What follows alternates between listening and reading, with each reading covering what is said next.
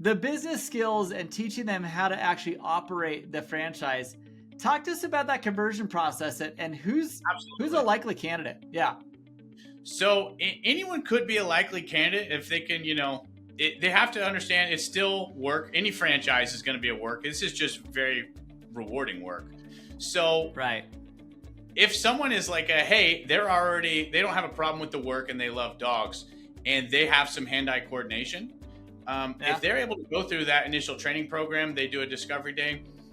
They don't have to have that much business experience, because the thing about buying into a franchise is you get 20 years of our experience automatically in our systems. So then the support model is basically, hey, we do marketing for you. We buy everything below wholesale, super deep discount, and sell to you at a great wholesale price. Anything and everything basically they'd need. We have a call center that does all their inbound and outbound calls, books their calendar. We do their billing, right? So we do their billing plans. Yeah. So basically, they really just need to learn how to train dogs and train humans. Yeah. And that's it. And then they have to hire an accountant to do their books. So that's really the thing. And then we help them. We do a monthly coaching call with all of our locations too, where we help them with some of the HR stuff, hiring, firing, building the team, growing people, because a lot of them have never been in a managerial role. For sure. Yeah. So then we do, to start with, we do weekly, and then we do weekly for the first 3 months coaching calls, and then we do it every other week, and then we do once a month ongoing.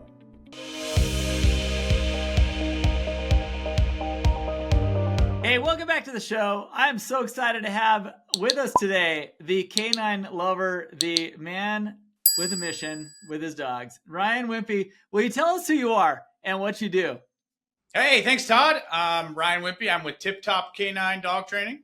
We're a franchise company, and basically we help young entrepreneurs or people who want to own their own business in the dog training space.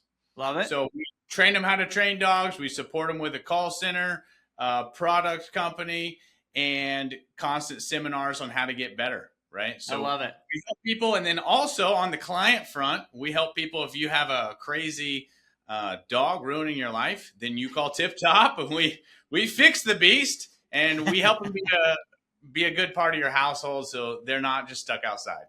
I love it. Yeah, nobody likes to shove their dog outside all the time anymore. That's just not a thing.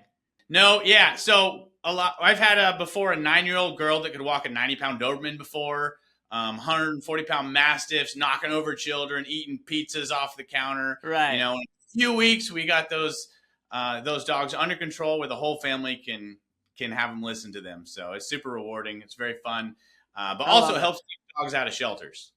No, I love it. I love it. When somebody has a well-behaved dog, it definitely is a lot easier. We are one of those lucky households. Our dog is just a perfect personality for our family, which I think is awesome. We got lucky, but I know that a lot of people have to really work to train their dogs to be a better part of their family. And so I love your mission. Talk to us though. I mean, this is not something you hear about as a very popular franchise model, but I actually see it really, really working. Who are you attracting? Like, what kind of franchisees do you have, and how does this model work in the dog training world? Well, as far as some of our franchisees right now, I have a guy who's got 2 locations. He was an HVAC technician. Love it. Another one, he's got 4 locations. He was a youth pastor. So it's all sorts of people, man. That's awesome.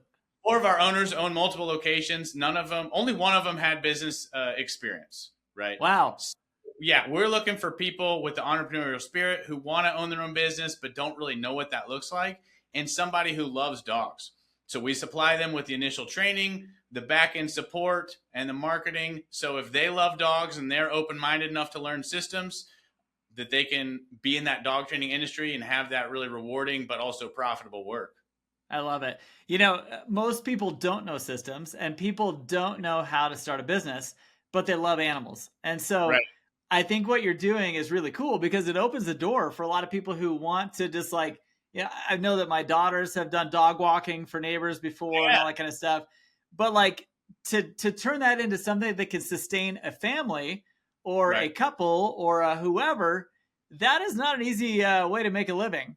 But talk to us about the model. Like, you bring them in, you train them how to train dogs. Correct. Is there a certification process? Like, what does that actually look like from someone who's never even thought about this industry being an industry, but I totally see it being an industry. Oh, it's an industry. It's an industry, and it's been recession proof. It's been growing at 6% a year, even through COVID. Love it. Yeah. So our model, people come in for a discovery day, say that you thought, hey, you know what? I want to own my business, but I don't really know what that'd be, but I love dogs. Right. You come in for a discovery day to corporate headquarters in Tulsa. We'd hands-on train dogs for like 6-8 hours, and you'd shadow some appointments so you see exactly what that's like. I love it. It's not the TV stuff. There's some real work involved, but it's rewarding, fun work, right? And then from there, if say someone wants to do it, the initial training is about an 8-week process. Cool. 2 weeks of that is virtual training, where we train people how to do consultative sales, right? It's not the crazy used car stuff. It's consultative sales.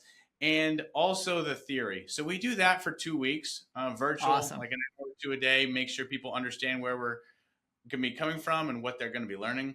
Then we do a 6-week initial training. And that's 10 hours a day, 6 days a week for 6 weeks. Wow. Very in depth, but we're basically training them in a trade. Right. And so we're training them how to train dogs, how to train people, how to do consultative sales, and how to run group classes. That's wait. How to train people? Talk to me about that. Yeah. Oh, yeah. So we have a method for training the dogs, but then also for transferring your knowledge to the human client and to new trainers. Right. Because the human has to be trained too. So I'm going to take any dog, I'm going to train it. It's going to jump on the box when I say so, to go to its dog bed, come, walk on a loose leash, stop jumping, etc. But then I have to show mom how to do exactly what I did, right? In a short period. Yeah. Only if I want to get paid.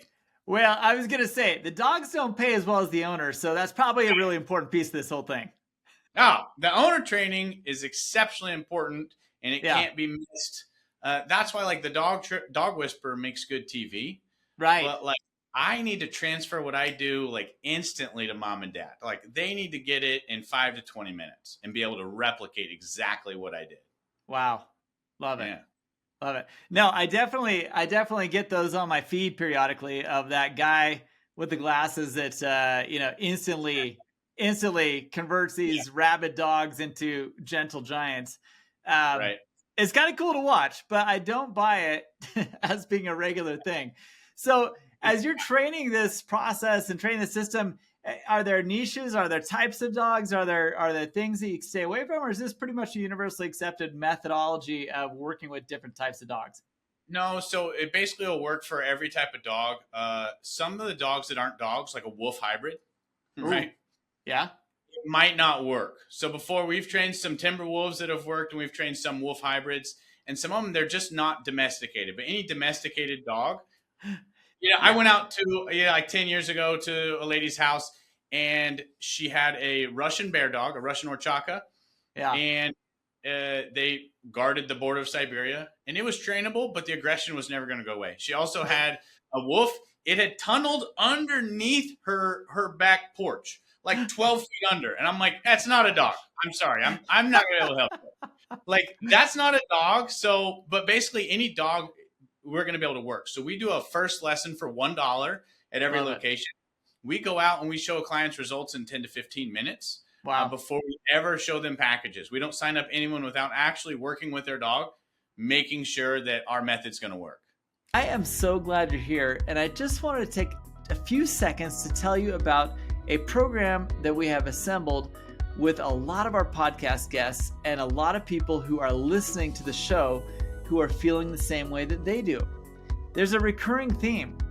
You'll hear a lot of these founders talk about, I couldn't have done it without my team. I couldn't have done it without a support group of peers. I couldn't have done it without having someone to talk to that understood my feeling of isolation as an operator of my business.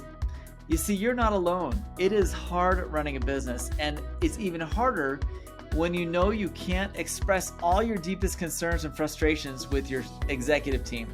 It makes them nervous. It gets them scared. You don't want scared people on your executive team. So where do you turn? The Captain's Council is where you turn. The Captain's Council, it is an organization that we are put together with podcast guests, as well as people who are listening who are in the same boat. You see, peers are the only ones that can give you the type of empathy, the type of advice that only a founder or operator know and understand. Go check it out at captainscouncil.com. I know you're going to love what you see there. We have put together an organizational structure that has small group settings, a global community of founders and operators, as well as monthly and quarterly in-person events. You're going to love what you see there. I can't wait for you to check it out and enjoy the rest of this episode. I love it. That's very cool. That's very cool. All right. So that's how you're doing it. Now talk to us about the model, because, you know, franchising can be really hard, but franchising can be really rewarding. And I'm imagining the way that you're attracting your potential clients, who are the franchisees, are, again, they're people that love their dog, probably have their own dog, and they are looking to make a living doing what they love to do, right? I mean, you've talked about the HVAC guy, you've talked about some other people, but like the business skills and teaching them how to actually operate the franchise. Talk to us about that conversion process and who's a likely candidate. Yeah. So anyone could be a likely candidate if they can, you know, they have to understand it's still work. Any franchise is going to be a work. This is just very rewarding work. So if someone is like hey, they don't have a problem with the work and they love dogs and they have some hand-eye coordination. If they're able to go through that initial training program, they do a discovery day.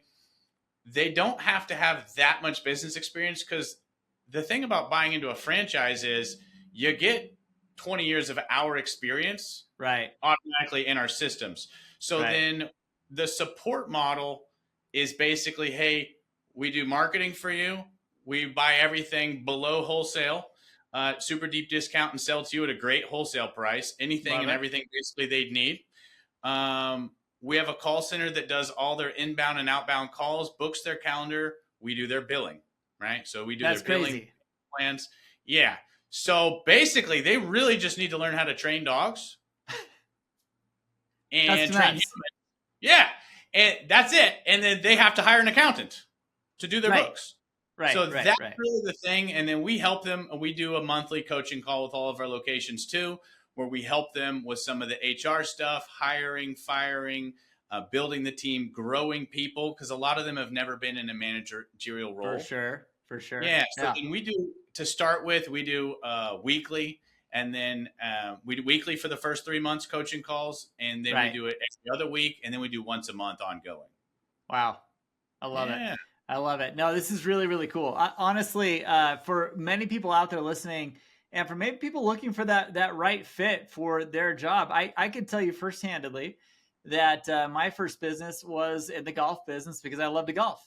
And who'd have thought I could make money doing something in the golf industry? And what you're presenting to people is, hey, a lot of people love their dog. A lot of people love other people's dogs. And you don't have to be stuck at $10 an hour walking someone's dog. You can be making a few $100,000 a year as an operator of a dog training business. Talk to us about the financial model there. Yeah. So most of our most popular packages, they range like $2,000 to $4,000. A lot of our private lessons, they bill anywhere $200 to $300 an hour.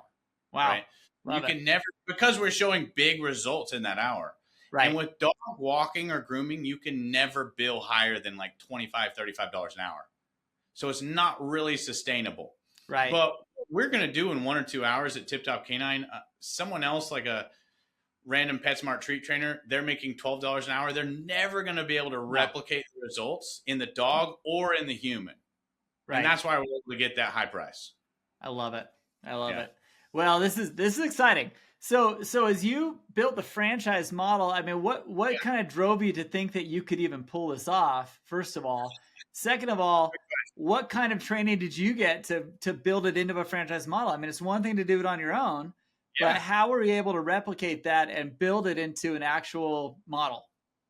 Yeah. So what we did is we just learned from other people's mistakes. And so when people fire off and they just grow and scale, the franchise business is too fast. A lot of times they destroy the brand, and they have to show franchising with the franchise disclosure document. Like I have to show everyone's name and number. I have to show all their income numbers every year. So it's very transparent. And so make sure we had the model scaled. We actually licensed a few stores for 2 years. So 2017, we opened up 5 corporate locations, and we licensed them to where they're basically ran owner operator. And we fixed all of our issues with the model doing that. I love it. That's smart. So after 2 years, then we franchised 4 out of those 5. Oh, very cool. Yeah. Okay. So we had to work through all of our issues, work through all the problems with the model, because the corporate store, obviously it's running great, but we had to make sure that everything was really dialed in and super tight before we could just turn it up.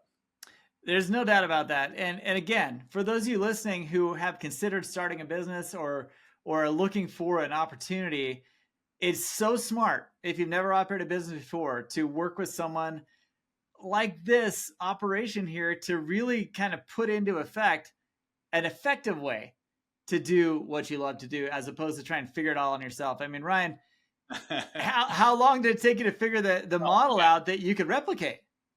Yeah, so I started training in 2008, 2010. I started Tip Top Canine, and I was training dogs like 50, 60 hours a week.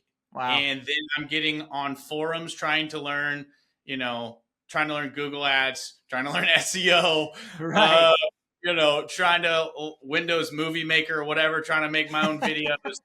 So, it was hard, man. And if I wasn't doing that, then I'm also like trying to figure out how to get leads and starving.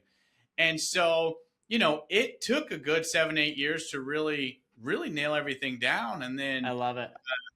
After we just kept systemizing everything, one day we just go, well, I'm not going to just sit around 5 hours a day because now my business runs without me. I'm going to have to, we're going to expand. We're going to corporate or franchise. And then my wife and I got together and we're like, well, I think the franchise model makes sense if we were going to give employees equity anyways. Right. People, when they're an owner, they just have more buy-in. Oh, 100%. Right. And so we chose the franchise route instead of the corporate model. Love it. Love it. Yeah. All right. So looking back on your growth, because this has been a long time in the making, but looking back on your decisions that kind of led you into the franchise model and into kind of the execution of this, and having probably the first time you saw someone take it off your hands and operate and have a successful year, probably felt very rewarding. Oh, but yeah. what was kind of the number 1 or 2 thing that you had to kind of change in your own thinking of your business to see that growth actually happen? Yeah, the first key thing that really had to happen for the growth is I had to put down the leash and put on the CEO hat. Ooh, right. Love that. So we had a sales coach, an executive coach that my wife and I were driving 2 hours away once a week to go meet in Oklahoma City. And he was like, hey, if you're going to grow it, you're going to have to put down the leash at some point. Yeah. Yeah. And so I had to stop training dogs 60 hours a week, and I had to sit down and write out systems. And that was really the biggest thing, saying like, hey, like I heard Seth Godin on an interview. Hey, when do you hand something off to other people? And he was like, if they can do it 80% as good as me, I just keep offloading. Yeah. And that was hard for me as a founder and as an owner. They were never as good. Now I have people just as good as me. Right. But a long time, that was the hardest part. The other thing, like we went over, the licensing. Instead of jumping right into where we wanted to go, doing it lean startup wise, making sure we fixed out all the kinks, not trying to franchise perfectly right off the bat, but we licensed the concept, fixed all our issues, and then went to franchising. I think those 2 were the biggest key things. I love it. I love it. And what are you seeing as a challenge for new operators? Because that obviously is, client acquisition is a hard thing, but when you're setting up calls, doing their marketing, what are you seeing as the big challenge for these guys, and how are you working them through it? I think the big challenge was really early on was just making the model working for people with zero business experience. Right. My first 2 was the HVAC guy who had no business experience, and another lady, and she'd worked for her brother's gym. Right? Gotcha. So they're like, hey, here's everything you order. Here's how to order it. Here's the different logos and PDFs and everything else. And they're like, hey, they don't have this paper stock. What else should I get? Hey, gloss mat or whatever. How do I deal with the embroidery companies? Hey, I don't want 24 hoodies. What am I supposed to do with that? Hey, how do I order? I know you gave me the list of 40 vendors, but how do I deal with etc. Right? How do I run the payment plans? What do I do if this doesn't happen right? So we had to make extra systems. So now we have all those systems taken off the plate of the new entrepreneur. And I think that was my biggest challenge, was thinking that they were going to be the same as me after 15 years. If I showed them how to train dogs, then obviously they would know all those other things and it would just be easy. But they didn't. And we had to take those systems. We had to make systems to take those minor business system issues off the plate of the new entrepreneur. I think that was without a doubt our biggest challenge. I love it. You know, I've done a lot of these interviews, like a lot of them. And I think that's, you just nailed probably 2 of the 3 most common issues I hear is that most people lack people. They have people problems. They have processes problems, and they have tools problems. And I think that what you've done as a franchisor is really created an elimination of those 3 things and just said, okay, we're going to train the person. We're going to give you systems, and we're going to give you tools to kind of manage this stuff. It sounds like you're solving a lot of problems and giving people a real opportunity to grow in their own environment. Yeah, that's the goal. The goal is, hey, people that want to grow and just aren't quite sure how, they're willing to put in the work, that they can own something where they don't have to have $500,000 to start a franchise. Love it. Yeah. Love it. Wow. Wow. Very cool. I love it. And it's something people are passionate about. We live near a resort town, and I think that every time we go into that resort town, it feels like there's more dogs than humans. And I know that you've got a very, very captive audience when it comes to dog training and people wanting to have their dogs be the best dog they can have.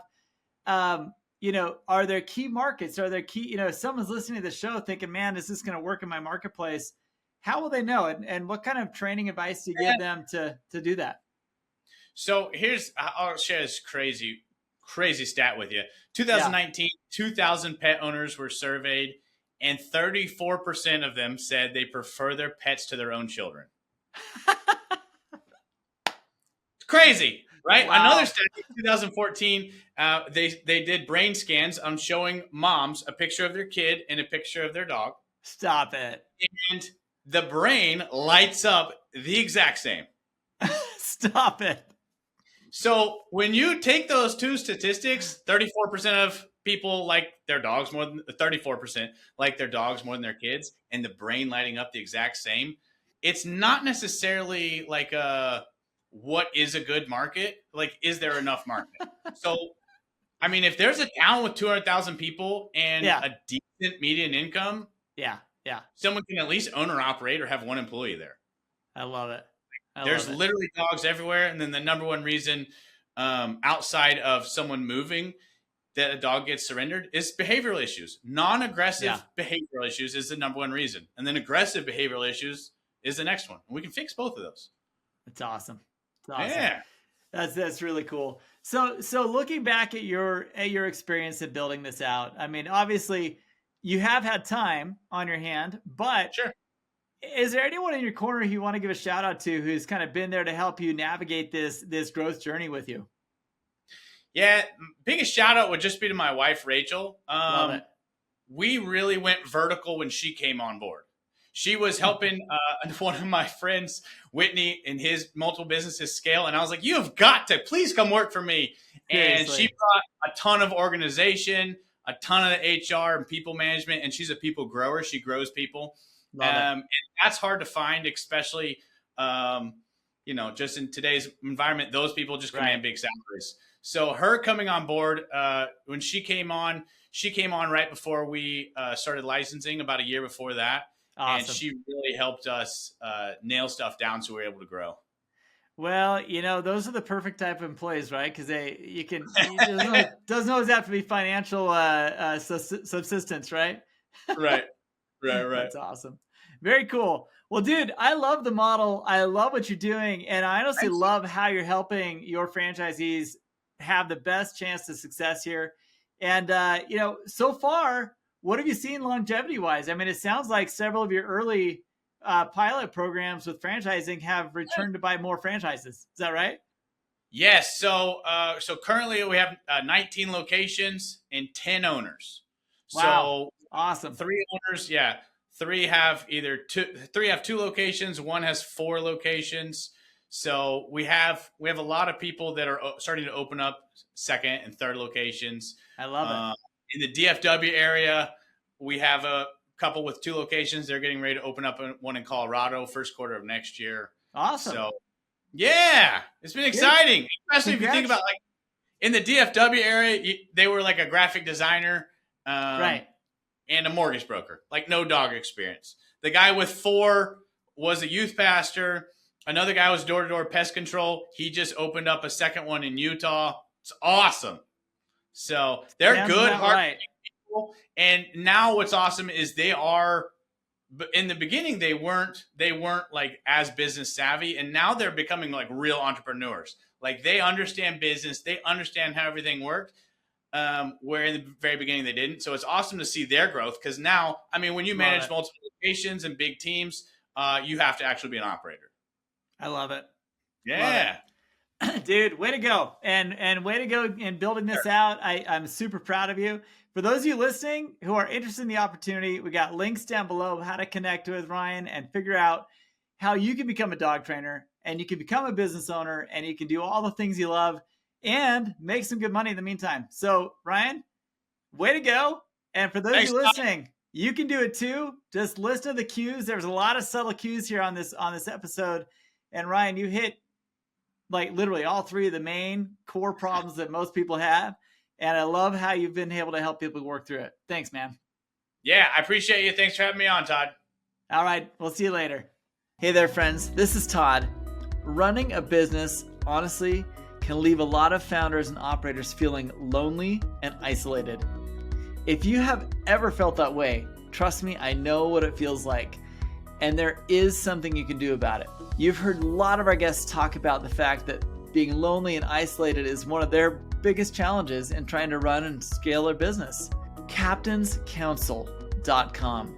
Go to captainscouncil.com right now and see what we're doing to resolve this problem. We want you to be a strong operator who has solutions and has a way to get around the challenges you're currently facing.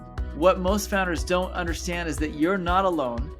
The challenges that you're facing, likely somebody else has already overcome, and they can give you the feedback you need to overcome them.